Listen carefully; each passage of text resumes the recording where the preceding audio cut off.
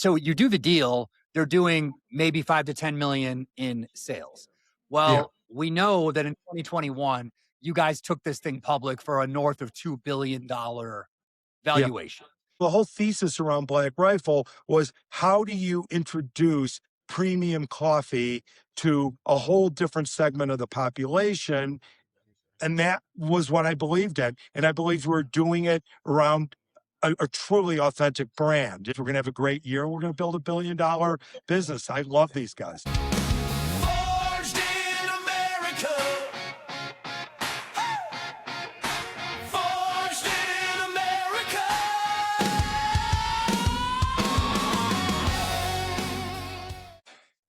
Welcome to Forged in America. As always, Al Gold. I forgot to say my name. We run a professional shop here. Yeah. Welcome to Forged in America. I am Ravin Gandhi. As always, my buddy Al Goldstein. We are both entrepreneurs who've started and sold some businesses. And today we have Steven Taslitz. He is the chairman and co-founder of Sterling Partners. And over a 40-year career, Steven has done over 150 deals and has created over $8 billion in exit enterprise value, including well-known names such as Black Rifle Coffee, School of Rock, Sylvan Learning Centers, to name just a few. But one of the most interesting things about Steven is that he has largely done these deals without a large private equity fund infrastructure. We've had a lot of big PE guys so far on Forged in America, but today we're going to hear from a guy who truly bets with his own money. And that's very much after my own heart, because that's how I've done a lot of my deals. And Steve and his partners basically have put about $400 million of their own capital into all these deals. So welcome to Forged in America, Steven Taslitz. Thanks for having me. Well, Steve, super exciting to have you here in front of the camera. Hopefully today we go a little bit deeper into just how you were able to be so prolific with the various companies that you've been a part of and have built, and some lessons to take away from that. The stories you guys are going to hear are like pretty cool. So what we're going to try to do is we're going to tell 4 stories in a chronological fashion from Steven's career. And the first one is basically a data center play. And this is a deal where 4 guys started a company from scratch, including Steven, with the thesis. And they ended up selling this thing all in for almost $2 billion. Okay, so that's your tee up, Steven. So basically, take it from there. So I was running a group of radio stations with my partners, and we were looking to try and expand on how we monetize those assets. And we decided we were going to buy a building and put our radio stations in those buildings. And when we bought this 350,000 square foot building in downtown Phoenix, we soon learned that the building had more valuable attributes. And it would happen to be on all the cable and fiber lines that had been laid in Phoenix. So at that time, there were all these new companies that were being formed to compete against the Baby Bells and AT&T. I was approached by a guy who laid out a thesis that we could turn this building into a carrier neutral telecommunications facility. We put another $15 million into it, of which we put in maybe 5 of equity and borrowed 10 more, filled the asset up. And then 6 months after the building was filled, the telecom bubble burst. 90% of our customers went bankrupt. We'd spent a fortune on tenant improvements, and our cash flow went from like 8 million to $1 million, and we were screwed. Upside down. And Way upside down. I assume this wasn't the first time you had faced that kind of a set of events, right? Because you'd been doing this at that point for 10 years? 15, 16 years. Yeah, exactly. So I had a partner who worked with me on the deal, a guy named Tony Wenger. And when the company imploded, I said, Tony, go out to Phoenix and figure out what are we going to do with this building. And Tony met these 2 young entrepreneurs who were engineering majors at ASU, had played, both of them were All-American football players, and they played at ASU. And they came to me and they said, Steven, we have a great plan. And our plan is we can take a lot of this switch equipment and investments in the building, which we now own, because these companies walked away from all their equipment. We can convert a lot of it into equipment around that could be used in a data center. And so the thesis was, could we convert all this equipment and would this trend go on with data? So these two kids came to me, they had no money. And they said, we want to run this business. I knew nothing about it. So I said to them, here's the deal. You guys work for me for free until you get this thing to break even. If you guys can get it to break even, then I will start paying you. And once you get there, I'll give you guys 20% of the company. So, Steve, what was it about these two guys specifically that gave you enough confidence and to kind of like take your asset and your energy and bet on them? So I love betting on people that play team sports. I like people that have been competitive and love to win. I love people that are scrappy and care about every nickel. So when they came to me with their plan of how they could use every nickel that was invested in the company, they acted like owners. So I look for people that act like owners. They don't say they're going to act like an owner, but they actually do it. And they had the level of commitment and tenacity. They were super smart. This was in the early 2000s. I was willing to say, listen, if you guys really believe your numbers and can build this huge business, I want you guys to be really, really wealthy. I never care about taking the last nickel off the table. My best moments in life and my happiest moments are that we've made a ton of people super wealthy. I have a ton of friends who started as partners and have gone on either as operators or to spin off their own private equity firms that have been super successful. That's the reward you get from working hard and being a good human being. You develop these super close relationships with people that you can root for, and you root for your entire life. You build these great bonds. Well, It's and awesome. I always tell my people, which is, I don't mind if you get rich if I'm getting rich too, and you kind of create a alignment of interest. Particularly, let's say you're talking about a commissioned salesperson, for instance. I've been a part of, like, there have been times where salesmen who work for me, have 2 commas in their annual comp, and it's shocking because people can't believe that in like when I sold my business, we got a lot of pushback from the buyer and diligence because they're like, how can you possibly, for a company that's, mid-market, have people that are making north of $1 million? Some of the most gratifying parts of my career have been when we've had exits and I had people bring in their mortgage statements in, and we paid off everyone's like debt on their houses. That's why you work. You work to never retire. You work to build super close personal relationships. And if you can change the financial outcome for a lot of people and then build this great bond, again, it's like sports. So many people are still super close with the people they played competitive sports with in high school and college because you build a unique bond. We'll talk a little bit about Black Rifle and the bond people in the military have. When you go through tough situations with people, the bond you build and the emotional impact it has on you during that part of your life and the rest of your life is a special part of, thinking like a team player.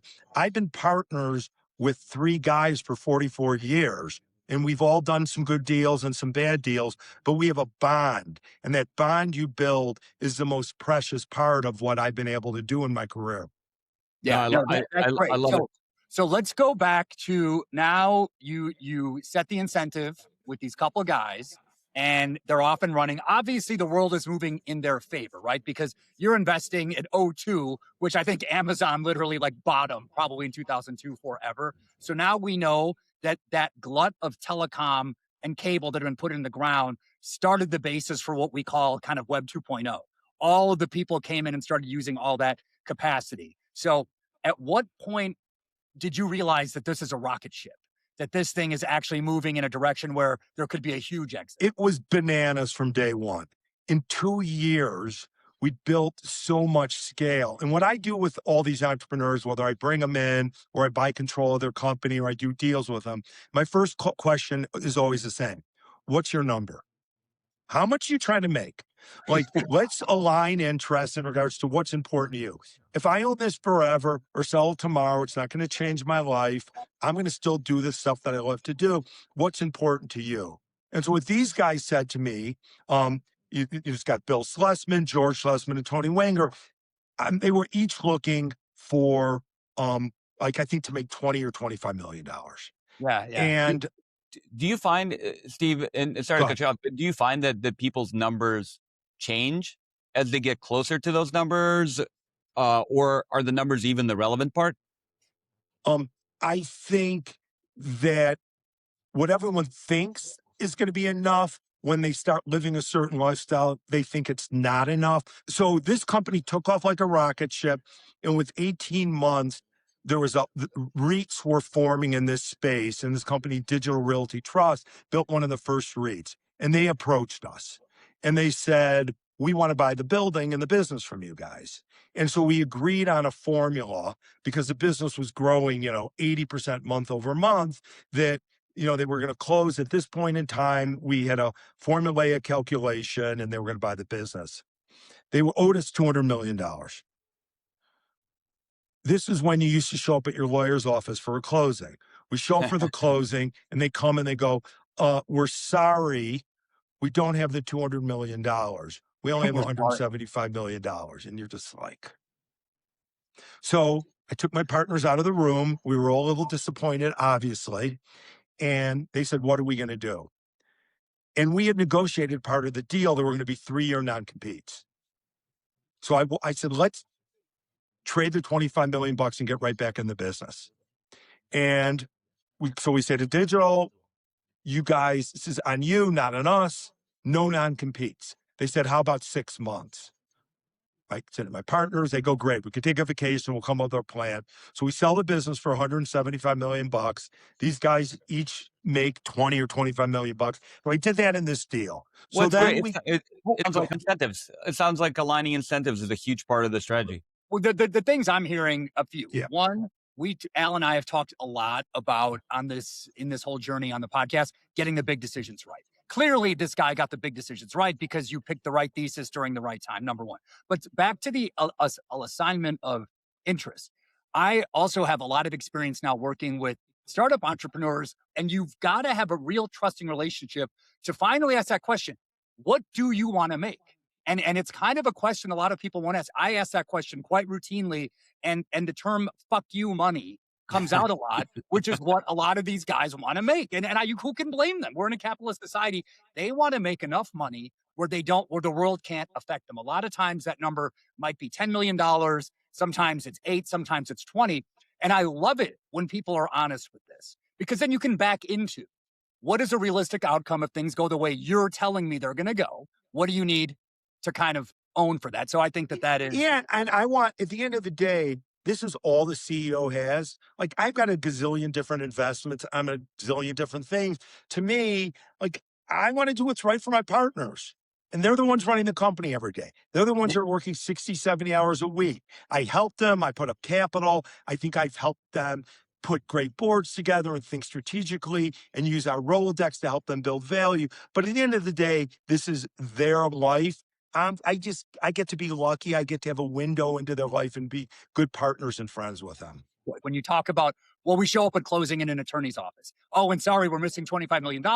Let's go outside of the room and huddle, think about it, come back, change the docs. For anyone listening who hasn't been through like a real kind of M&A closing, every deal has so many problems at the end. Like, there's never really a closing that does not have some sort of drama. And it always comes down to thinking on your feet, telling your lawyers, okay, this is what we really care about. And that's when you find that things get done. I told the story about listening to Al sometime when we were kind of on a trip and he was trying to save one of his closings. I could hear him screaming like through like a door. It was kind of funny. That was like on that boat trip where you eventually threw your phone in the water, right?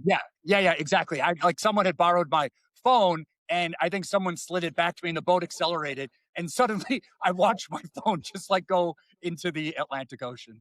Anyway, we cut you off. So anyway, they hit the number, you get the deal done. We get the deal done. And then, so then my partners say, okay, let's go back into the space. And we started IO data centers. In the first building, we bought a building at Scottsdale, Arizona. It's like 120,000 square feet. We started filling it up. And then within 6 months, we found this massive 550, 600,000 square foot building in Phoenix. It used to be a water bottling plant. And we're like, do we have the balls to buy this and build it out? And we did.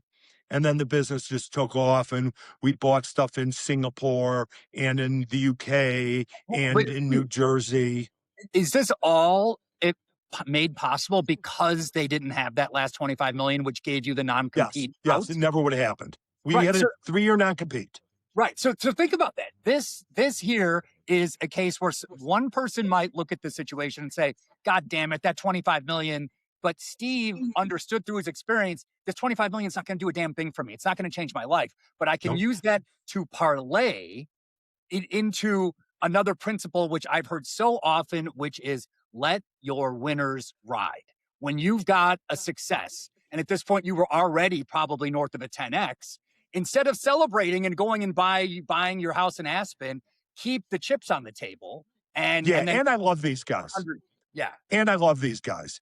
We're still friends today. And so it's like, they were like, oh, they could have found 15 other people to be partners with them and cut a way better economic deal than what we wound up doing with them. But we had built up such a trusting friendship, where they were like, there's no one else we'd rather be partners with, and worked out a really good deal for them. They rolled a bunch of their money into the new company, and again, turned out to be a big, big, big success. So how did that new company ultimately come to the close? What happened there? What happens that I've seen happen to a lot of entrepreneurs, it's at some point they run themselves into a wall. They just get tired. And running a global business like this, I think they got tired. And so we hired Goldman, and we wound up selling off the pieces to various players for $1.5 billion. And it was a grand slam home run. I love the fact that none of that second bite of the apple, which was a massive multiple over the first bite of the apple, would have happened had the buyer not had that last 25 million. Yeah. Well, I think there's so many lessons in that, and that's just one of the companies. And I love what you started with when you try to find these entrepreneurs that are willing to take some risk, put skin in the game. The entrepreneur that's willing to take the no salary, or maybe like $20,000 a year salary, and willing to bet on themselves, they're just more likely to be the right entrepreneur. So it's creating. Because Al, like, no one gets it right the first, second, third, fourth time. Like, starting and building business is really, really hard. It's hard to hire the right people. Market dynamics change. You always need more money than you thought. It's hard. You need to find people that are super resilient, that yes, they want to win, but they hate to lose. One of the toughest conversations that I sometimes have to have with startup entrepreneurs is when, somebody might say, okay, look, I've started this company X years ago and I was single, and now I've got a wife, and now I've got 2 young kids. And, even though we're years away from the exit, my wife is kind of telling me I need to make $300K, $400K a year, but the company's not making any money yet.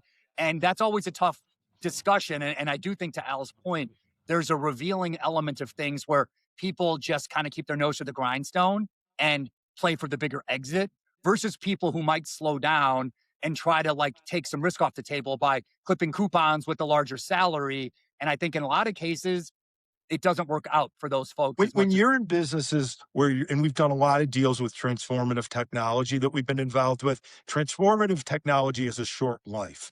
And so you got to get in and get out on those kind of businesses sooner rather than later. Something like what we were doing in the data center business that was getting super competitive super quickly, and it was becoming a global business. We were competing against real big companies. As our CEO started getting burned out, it was an obvious answer. It was time to go. Okay, so now we are going to move a little bit back in time, and we're going to talk about deal number 2, which a lot of people have heard of, Sylvan Learning Centers. I think I've seen these things in shopping malls. I think I've seen television ads along the way. The key thing for you guys to know in advance, to give away the plot, is that Steven all in put in $10 to $15 million into this deal and walked away with north of $2 billion. So tell us that story. So first of all, those are all the investors, friends and family, not just me. It's just and my partners. Hey, Okay. that it's great to be friends or family with Steven when we know that the end is $2 billion walking away from. So when we sold our first company back to Blue Cross Blue Shield and we were young guys in our early 20s and teens, my partner Doug Becker, when we were building this transformative technology business with Blue Cross, happened to meet a guy who was the number two guy at Eastman Kodak. And so when we bought this little computer, it was a word processing training company that taught people how to use word processors. That's before there was software on a What year are we in? computer. What year are we in? God, probably 1985, 86. Oh, right around the time Al was born. Yeah, I mean, a few years after, quite around the time I was trying to get to America. Yeah. I was 86. I was a freshman in high school. Okay. So we took some of the money and we bought this little business. And then and it was a training business. This old guy who we become friends with, who actually one of our conference rooms is named after him, and we're still friends with his kids, he called us up and said, I left Kodak. I'm CEO of this company, KinderCare. They're having huge problems. They own this little division, Sylvan. It's a tutoring business. We don't know what to do with it. KinderCare was a daycare center. I can give it to you guys at a great price. I trust you guys. It needs to land in a good home. So my partner Doug and my partner Chris were working full time on the business, and our thesis was this: when people needed tutors back in the 80s, it was an embarrassing thing. Oh, you're not smart enough. You're this, you're that. Tutoring was a real negative stigma. It's not Yeah, like today. I think that's changed a little bit, judging Right. It by used to be seen as our. remedial. Now it's seen as enhancement and a necessity. So Yeah, that was our thesis. Our thesis was we could rebrand our offering to help kids get ahead instead of to help kids just get to grade level. It wasn't that we didn't take a ton of kids that were struggling with math or reading, but we also expanded how we marketed and branded it. And my partner Doug did an unbelievable job with that. But my partner, Chris, who was also involved in the business at the time, came up with this incredible idea and partnered with Educational Testing Services. For those of you who don't know who ETS is, it's a large not-for-profit. They administer the SATs, the LSATs, test of English as a foreign language, and a bunch of other stuff. And they for were those of us who were alive in or taking tests in the 80s, Scantron, if you remember that term, Scantron, with the number 2 pencil, and you would color in A, B, C, or D, or E. I think that's all ETS. That's exactly right. So my partner, Chris, was talking to the people at ETS, and they said, we want to build out a computer-based testing network. You guys understand technology. Weren't a lot of entrepreneurs in the early 80s that really were scrappy entrepreneurs who had built technology businesses. Again, the world was different then. And so Chris laid out this plan where we could use these Sylvan Learning centers that were open during the day, but no one was really there because kids were coming in the afternoon at night, that we had desks, we had infrastructure, we were growing really, really quickly, that we could lay out an infrastructure where we could begin to put computers in there where people could come and start taking computer-based testing, which turned into a big business. So Sylvan became a number of things over a long period of time. My partners, Doug and Chris, ran the business for a long period of time. And it morphed into everything from the largest global for-profit education company, a company called Laureate that had over 1 million students. We had 70 universities in like close to 30 countries, $4.5 billion in revenue. That started out of the Sylvan infrastructure. We built the largest online academic business and education called Walden University. That was hatched in Sylvan. So Sylvan became a conglomerate where we started buying small businesses, all under different theses and theories. And, as went we heard, public, private, public, all kinds of things. well, and you weren't, from what we talked about in the intro, it wasn't like you were out raising capital for these things because the company was already financed, with its own cash flow. Its own cash flow. The only other capital that came in really was during the initial IPO, when we took the company public. And again, this was mid to late 80s. We took the company public with 18 million of revenue. Yeah. So when you went public, how much did you raise in that initial IPO? Oh, I'll bet you the market cap was 150 million bucks. So we probably raised 20 or 30 million bucks, Al. So a big lesson, especially for us that do early stage investing, is that a lot of people celebrate IPOs even today as kind of the exit. And wow, the IPO is a 2x or 3x over my basis, and they sell. But when you look at a lot of the most successful, like the Mag 7 today, or a lot of these companies that have really scaled, the vast majority of returns came post IPO. And there is obviously selection bias here. And there are companies that struggle after IPO. But the point is, let your winners ride, because Steven and his partners could have cashed out with a multiple at the time, but you didn't. No. We believed in our thesis and that we were scrappy guys and we figured out how to make it a really big business.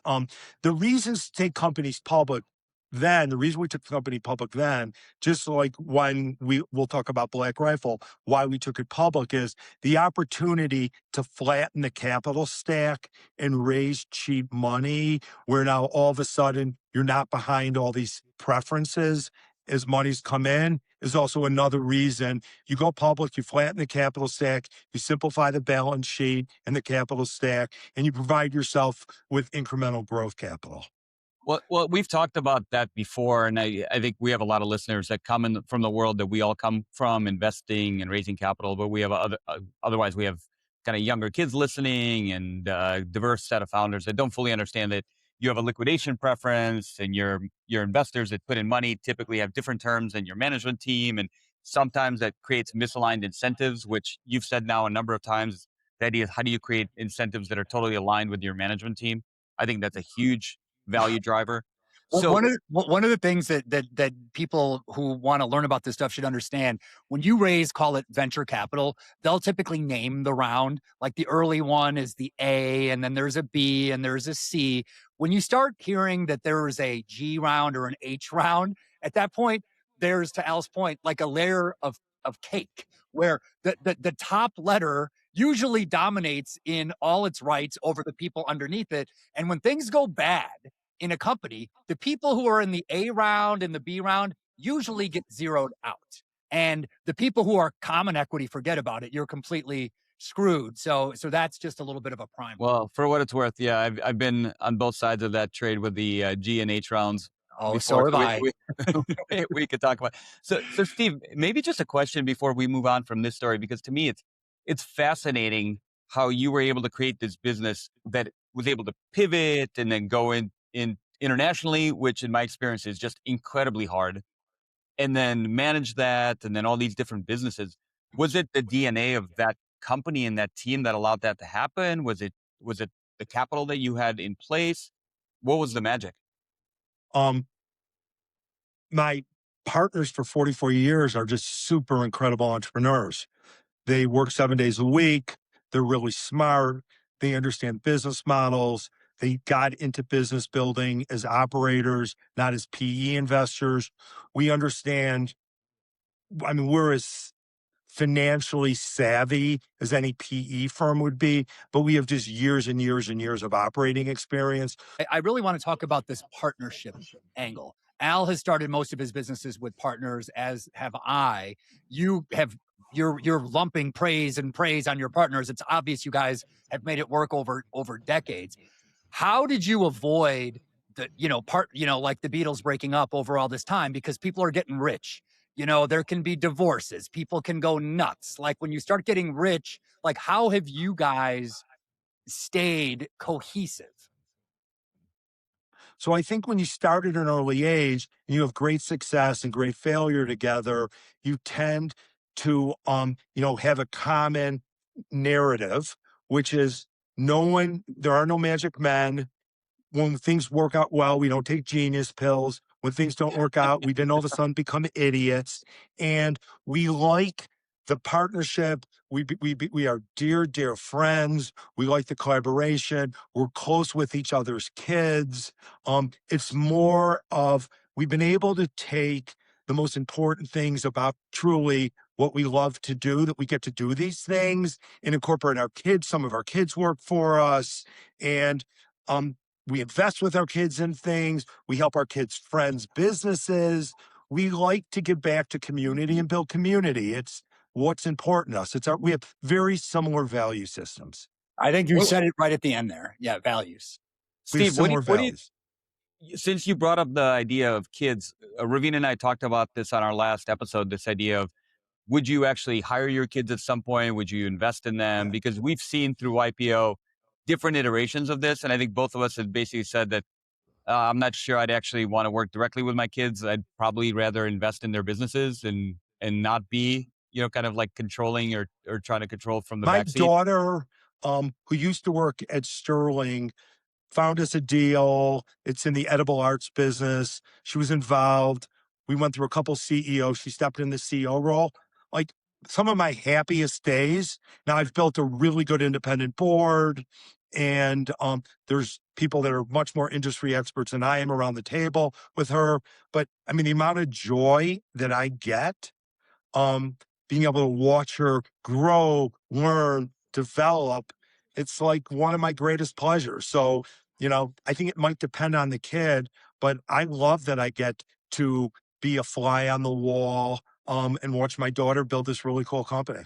Well, and it's great to hear because I mentioned on another episode like that I was super negative on the concept of family business, and I caveated it saying these things can work and there can be unbelievably good outcomes. And so I just want to make sure that people understand that there's 1,000 ways to skin the cat. Right. And the thing that I'm also hearing, Steven, is that you didn't just take your daughter who was exhibiting no positive characteristics and stick her into Sterling. Like you saw that this is a smart kid with a good head on her shoulders, and you sort of kept your nose to the grindstone. People always say, like, how do you like coach and mentor kids? What do you do? To me, it's all about example. If your kids see you working hard, and my kids have always seen me working hard, my kids have seen me have terrible days and incredibly joyous days.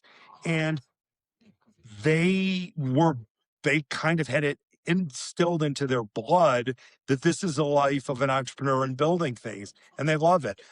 Just a plug for a new show that's on Netflix right now is about the Murdochs. Rupert Murdoch basically created the Hunger Games for his kid, and in a very intentional way. Like he sounds very healthy.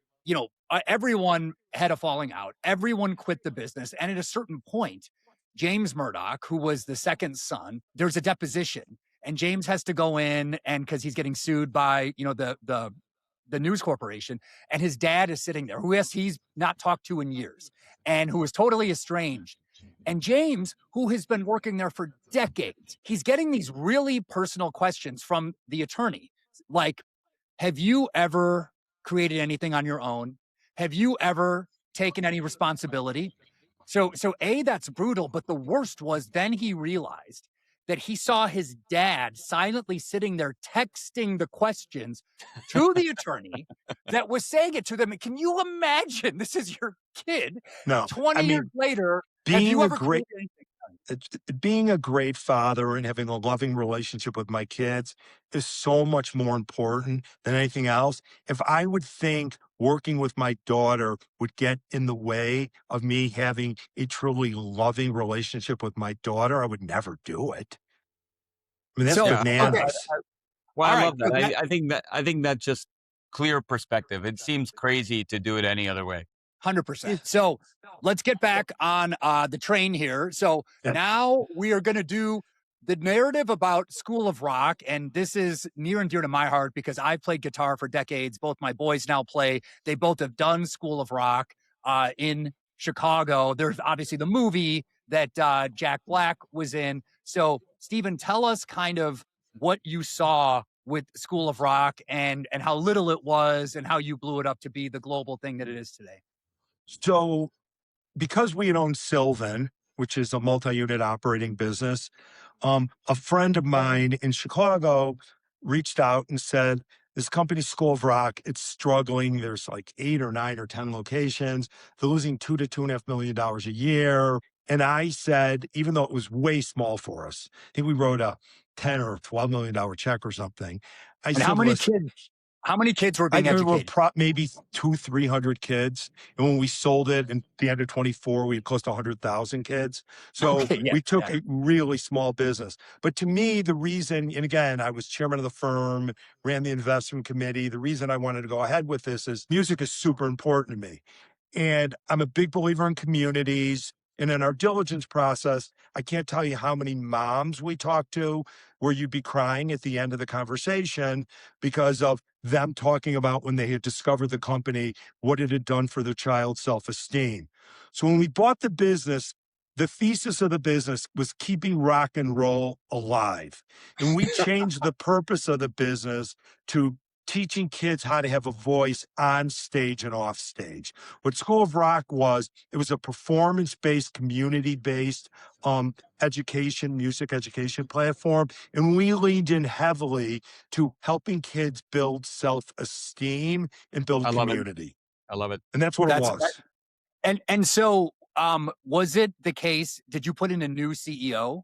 We went through 5 CEOs, 5 Five. CEOs. Okay. So let's just stay here. So 5 CEOs is a lot of drama because every single time you put in a new CEO, you've got the honeymoon phase where you kind of have to support what they do because you just hired them. Then you have the sort of like where dissension sets in when you start to question things. What was the theme between person after person not getting it right? I think each CEO was the right CEO at the moment we hired them. And as the business evolved, the skill sets that were needed quickly outgrew the people in the seats, and it was obvious. Well, it was obvious to you, and I think that this is maybe something that is a talent Yes. here because the fact that you didn't say, "Oh, well, this guy was a dummy, and then this guy screwed things up." It was that those CEOs maybe were actually doing a good job, but when they got the business to a certain point, when you go from 300 kids to 200,000 kids, it's a different skill set. And so Yeah, and when you buy something that's, 5 or 10 locations and we sold it, we're in 15 countries, 334 locations. You're a combination of a franchise or who actually owns a lot of your own schools as well. And you need to really kind of really continually hone in on and improve your business model as technology is also changing how people learn. We just kept on just cycling through people. what was the exit price? 300 million. Okay, so it's still almost a 25 to 30x. Yes. I think the Yes. lesson I think this lesson really is about the change management. One of our friends in the city, the founder of Grubhub, Matt Maloney, he's in YPO Chicago, and he did a panel once. And I remember him saying, one of the most painful things about building this business as we scaled was recognizing that the people I started this business with, in some cases, were my friends. They were over their skis. Like they were fine up to a certain point, but they couldn't grow beyond that. And I've always admired watching Al as he's scaled his various businesses As over the years. as I've been over my skis time and time again. Is that Well, what you're no, saying? as Al is a guy who does not wait. When he sees that there's an issue, like he will make a change quickly. And I think that is a skill that a lot of people don't have. It's really Well, hard. I feel like you learn that based on your own mistakes. You don't want to tell people the truth. You want to kind of be like, oh, you're doing great, but then it always comes back to bite you and the person. And I think mentally, I've kind of realized that if you are just direct early, you're actually benefiting both sides. You're benefiting the business. You're benefiting the person because most people aren't getting direct feedback and they can't really improve unless they get direct feedback. No. And then it We always use it. We use our expression of sterling was using your awkward jaw muscle, having to have very difficult conversations with people and not feeling like, oh my God, they're going to hate me or they're not going to like me anymore. It's I think it is a really, really tough skill. Out of all the things, I think that's the hardest thing, and it never gets easier. I don't care who you are and how many times you've done it. Well, Well, our what's first your guest on uh, the podcast was Doug Kitloss, who founded Siri, who sold to Apple. And he had all of these tidbits about Steve Jobs and working closely with Jobs and how Jobs, when they had these like conference rooms that only the elite kind of rarefied air of Apple would go in there. And in that conference room, Jobs would basically say, only in this room it's like no holds barred and you can tell me whatever you want, because obviously outside he was like a bit of a Tyrant. dictator. But the key point was, if you're in this room, you can tell me I'm wrong, but you better be right. And the problem is, it's hard to be right. And then to Jobs's kind of legacy, when people weren't right, they didn't last. And he had that skill in spades. Yep. but I'm curious, when you were hiring these 5 CEOs and across all these companies, sounds like when you started these businesses, typically it was a relationship or someone came to you. Were you then trying to find external CEOs through recruiters, or how did you actually figure out how to find these senior leaders? Because I find that super challenging. We've talked about that on this pod a number of times. So I've probably hired and fired hundreds of CEOs, hundreds. That's Um, that's like we uh, that's a that's big like number, a unique perspective. and it's really hard. Why people are successful in some gigs and not in others, who the hell knows?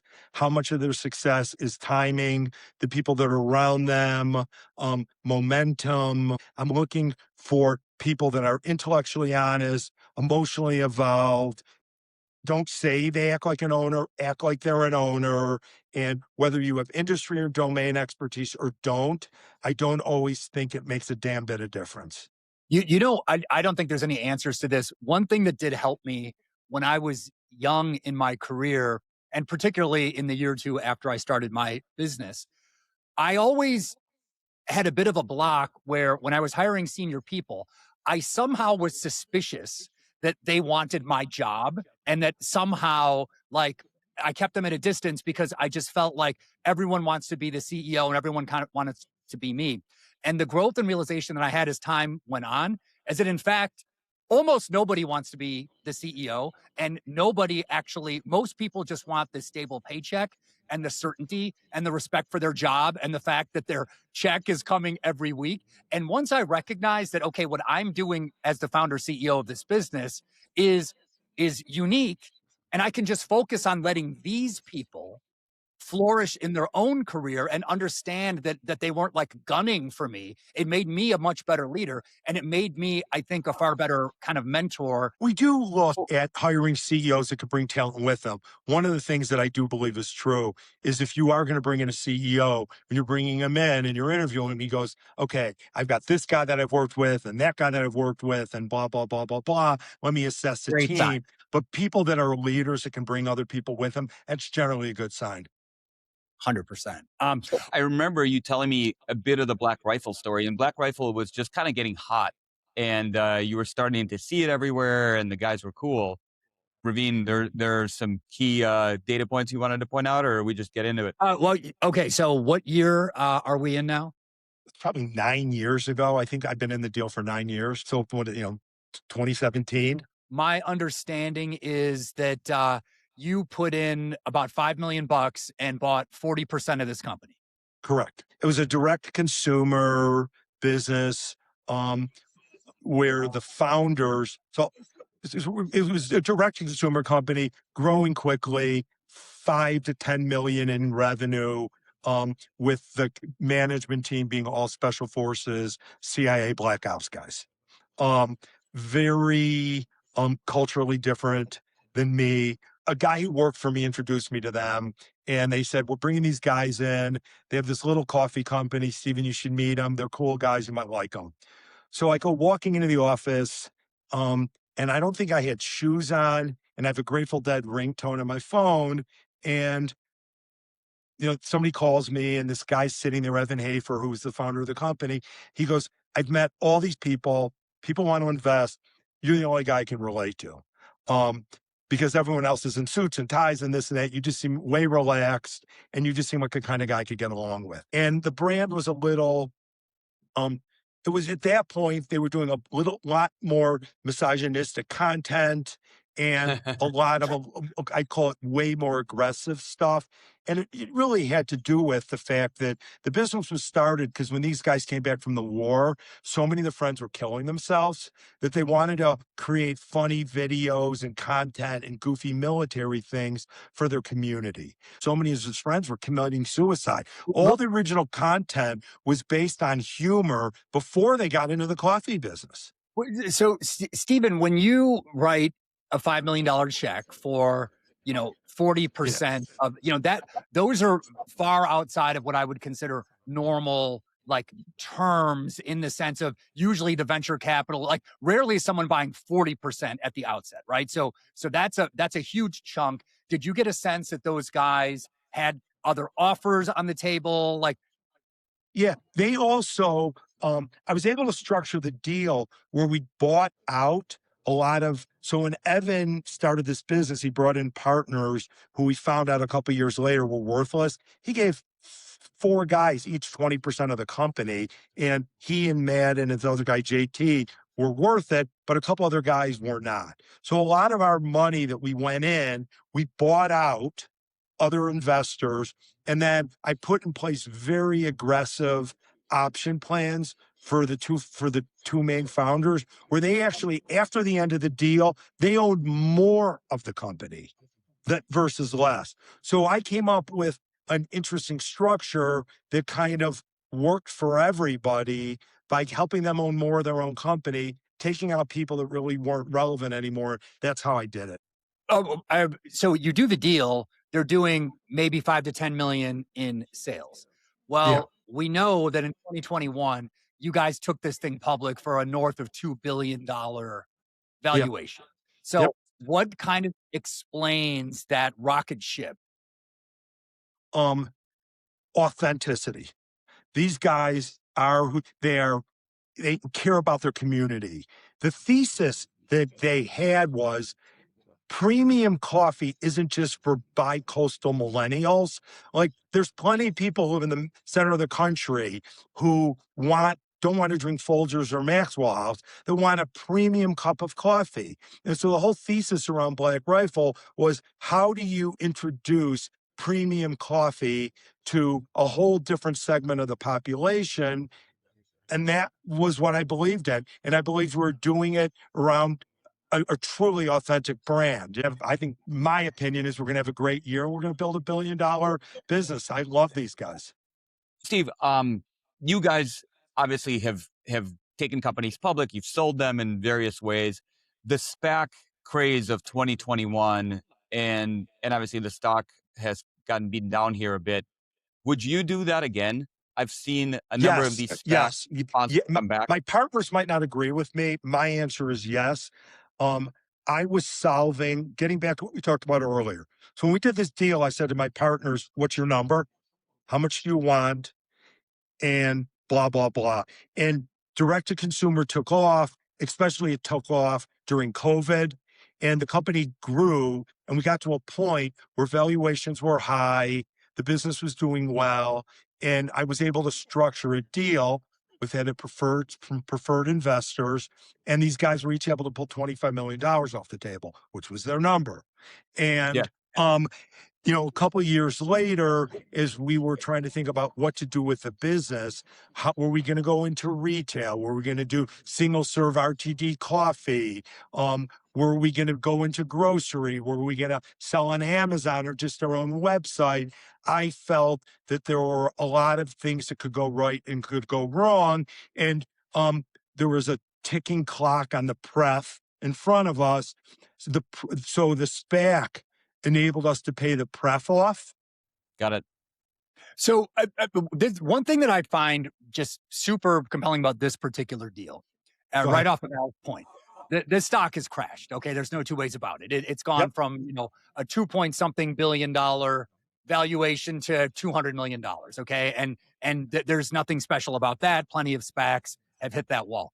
What I find so interesting, Stephen, is your confidence level around this business from a absolute brass tacks metrics perspective. When you're rattling off, here are their sales, here's where I think the EBITDA is going, here's where I think it's trading for. And it's this concept of intrinsic value, which is Steven has a very clear view of what he thinks that Black Rifle is worth. And just to be clear, this is not investment advice. We have disclaimers all over the place. This is just for fun and entertainment. But please take us through your thesis today, because this is a good example of a thesis. We don't know if it's going to work out, but I want the audience to hear the way you see it today when we are looking at an opaque future. What should a low capex business with generating free cash flow be worth? And how do you get comfortable as to what you think your growth opportunity is? And this is like super simple. You don't need to be really smart. When we started, we were direct to consumer. We had a bunch of different missteps and we did a bunch of things well. We went into Walmart. I think we'll do 120 maybe million in Walmart. I think we're the third now bagged coffee company in Walmart. We sell all kinds of different SKUs and we keep growing. And so then we got into Kroger, and then we got into this one and that one. So we have like 54% distribution across the country. Our velocities are increasing. We have pricing power. And if you look at the size of the TAM and the opportunity, I just feel comfortable that we can at least get this to 700 or 800 million in revenue and then you do the math. Let's say 800 million, let's say 700 million in revenue, 40% gross profit margins, 280 million in gross profit, right? You spend 10% on marketing. If you bring 20% to the bottom line, you have a $140 million EBITDA business that I think is worth 15 times EBITDA all day long. I love how the simplicity of your framing, because that's how I try to think about businesses as well. Is look, at the end of the day, if you get a business to profitability and growth, it's going to have value, whether it's 10 times and it's worth 1.4 billion, or it's 15 times, or it's 20 times. There's real value to be built. Right. The key is you've got to put a stake in the ground and say, I think we're going to sell X million. I think that our EBITDA margin is going to be Y percentage. And I think the multiple is going to be Z. And with those three numbers, you can very quickly. And then shit happens. So last year, we were in the wrong place. Coffee prices more than doubled. Our margins went from like 41% or something the year before to 34% last year. Well, now coffee prices have stabilized. We raise prices slowly, and we have a clear path back to, call it by next year, easily 40% gross profit margins again. And that's why I'm super bullish. So everybody, bookmark this episode. What do I know? In a year, 2 years, 5 years, come back and find out if Steven was right. There is one fun anecdote that's related to black coffee, which was you were basically the guy that discovered the Navy SEAL Jocko Willink. Right. For listeners who don't know who Jocko Willink is, he's become very famous. The guy looks like an action figure. He looks like the Terminator. His voice alone is enough to inspire both confidence and terror. And when you see the guy, and my kids have watched him do his podcast for kids for years. My kids have read all three of his books, which are called The Way of the Warrior Kids. I cannot recommend this stuff enough. So Steven, take us to when you first saw this guy. So the CEO of our mortgage company said, Steven, we need to put more discipline into our organization. I do jujitsu with this guy, Jocko Willink. He was a Navy SEAL trainer. You're going to love the guy. I want you to meet him. I was chairman of the company. So I met Jocko. Again, what are the attributes? Competitive athlete, walks the talk, disciplined, scrappy. He's famous for leading, I think, the fight in Fallujah, where we were getting our asses kicked in Iraq, and he turned the tide of that. So what happened is he's a serious SEAL team commander, right? So I forget which. He was SEAL the trainer. He trained the Navy SEALs guys. Yeah. And so he came in to our company to train our team in a lot of the principles that he used at the SEALs. And so what I just find funny is that this is a mortgage company. And you just imagine being some beleaguered, paunchy mortgage salesman. And here comes Jocko to train you. We needed it. Hey, selling mortgages is hard. Well, hey, We look, needed it. I think the takeaway here is Steven has a massive nose for talent. And I think, Al, are we going to do a lightning round with Steven? Yeah. So, Steven, what's a book that you love that you think our listeners and viewers should read? I don't read books. I watch YouTube videos. That's okay. That's a And great answer. and What is the biggest thing that pisses you off about, the blue-blooded private equity guys that are that might look at your track record and see you as, too scrappy, or you guys are doing things in a more entrepreneurial way versus kind of the big funds? I don't like the money management business.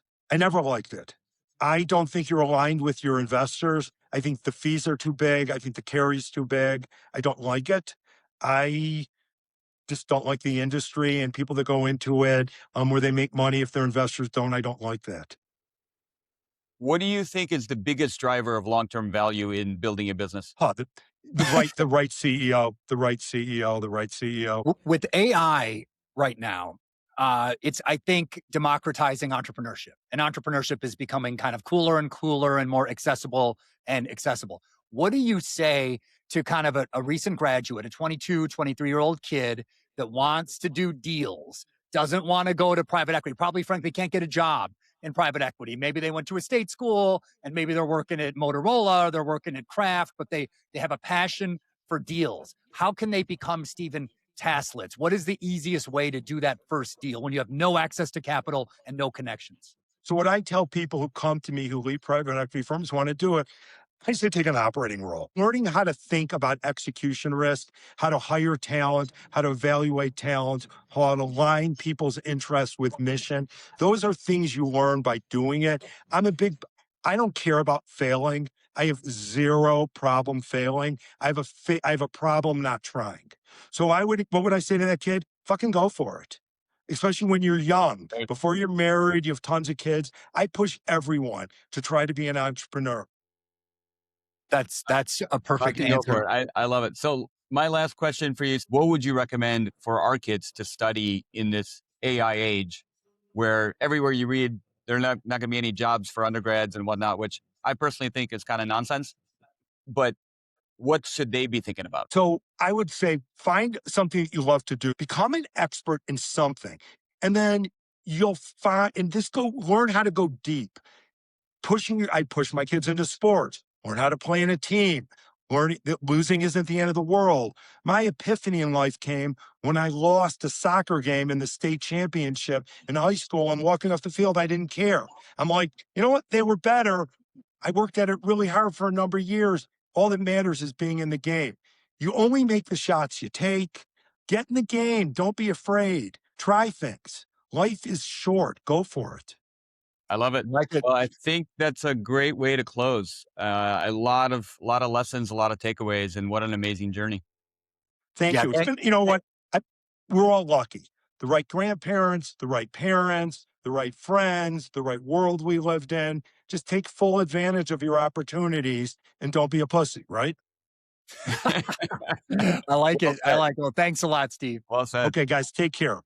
Thank you so much. Yeah, bye-bye. Okay, so what are your initial gut feelings experiencing 70 minutes of Steven Taslitz?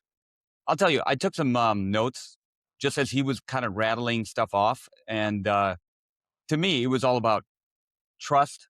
This guy came to me with this idea, these people that I saw, I wanted to back, but it was all, how do you kind of identify talent? How do you align incentives and get people to buy into what you're doing and be scrappy? They're pretty basic lessons that I think for him probably are intuitive. And so how do you kind of like, if you're not him and you don't have that sixth sense maybe, how do you just learn those lessons directly? I sensed a lot of just authenticity and also a lot of humility. And on the authenticity part, you can just see it because he stayed together with his partners for 40 plus years, having made a absolute boatload of money. And that's very hard to do. He was effusive in praising them. And a lot of times you see people they're gagging when they're trying to say nice things about their partners. And this guy clearly believes it. So I think that is very much a big part of his success. And on the humility side, if you Google him, he doesn't have a big digital footprint. And I was like, I don't know what we're going to talk about with this guy. So we did a call with him and he's like, hey, I got a lot of stories. What do you want to hear about? And we're like, well, we'd like to tell some deal stories. And then he sends us this like multi-thousand word essay where I'm like, what? Multi-billion exit? And there's another one. And it's like, you wouldn't know. And that's what I love the most is that these guys, that are writing these 8 and 9 digit checks out of his own wallet and you wouldn't know it. And he's like, yeah, I went into the meeting with my sandals and the black, like that to me is what I love about America is that America is just filled with dudes like this and you just have no idea.